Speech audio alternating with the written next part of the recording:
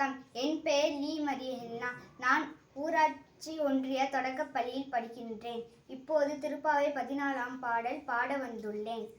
உங்கள் புலக்கடை தோட்டத்தில் வாவியுள் செங்கழுநீர் வாய் நெகிழ்ந்து ஆம்பல் வாய் குமினகான் செங்கல் பொடிக்குறை வெண்பால் தவத்தவர் தங்கள் திருக்கோவிலின் சங்கிடுவான் போதந்தார் எங்களை முன்பே எழுப்புவான் வாய் பேசும் நன்காய் எழுந்திராய் நாதாய் நாவுடையாய் சங்கோடு சக்கரமேனும் தடக்கையன் பங்கைய கண்ணனை பாடலோர் என்பாவாய்.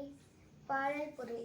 இந்த பாடலில் ஆண்டாள் கண்ணனை விழிப்பதற்காக அவரது தோட்டத்தின் தோரணங்களையும் விளம்பரத்தையும் புகழ்ந்து பாடுகிறாள்.